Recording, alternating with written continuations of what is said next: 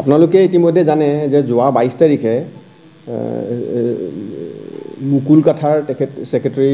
Karbi Anglong autonomous কাউন্সিলৰ secretary তেখেতৰ বিৰুদ্ধে এখন এজাহাৰ দিছিলে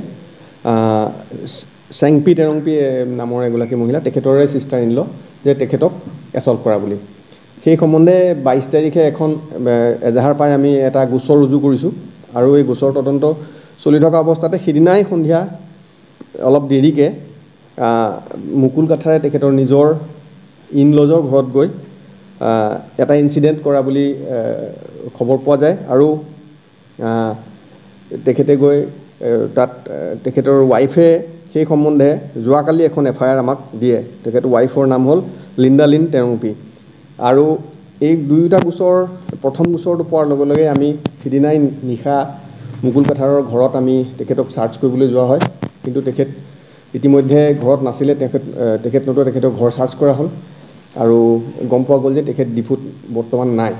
তাৰ পিছত আমি বেলেগ খবৰ লগাই গম পালো যে তেখেত গুৱাহাটীৰ ইতিমধ্যে ইয়াৰ পৰা ডিফুৰ পৰা ওলাই গৈছে আৰু আমি তেখেতক কৰায়ত্ব কৰিবৰ কাৰণে বেলেগ ধৰণৰ প্ৰচেষ্টা আমি অব্যাহত ৰাখিছো আৰু যেটো তেখেতে ৰিভলভাৰ ব্যৱহাৰ কৰিছিল তেখেতে ফায়াৰ কৰিছিল সেই ৰিভলভাৰটো আমি ইতিমধ্যে জব্দ কৰিছো তেখেতৰ ঘৰত আমি পাইছো উদ্ধাৰ কৰিছো আৰু তদন্ত অব্যাহত আছে আৰু কিবা ইয়াৰ বিগত অনাগত সময়ত কিবা যদি নতুন তথ্য আহে আমি আপোনালোকক জনাম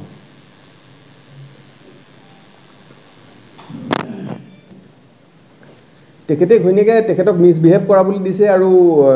এটা ফায়াৰ কৰা বুলি দিছে এক ৰাউণ্ড ফায়াৰ কৰা বুলি দিছে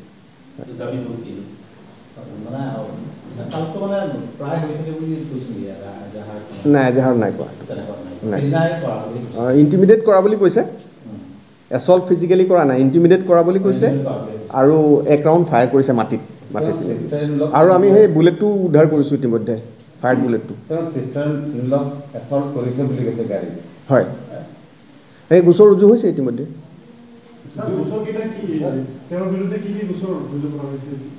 তেওঁৰ বিৰুদ্ধে গোচৰ ৰুজু কৰা হৈছে আপোনাৰ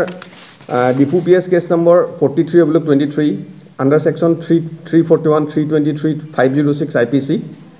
আৰু যেটো পিছৰ গোচৰ ৰুজু হৈছে হেতু Diphu PS case number 44 under 44/23 under section 447 294A 506 IPC read with section 25 1A/27 Arms Act হয়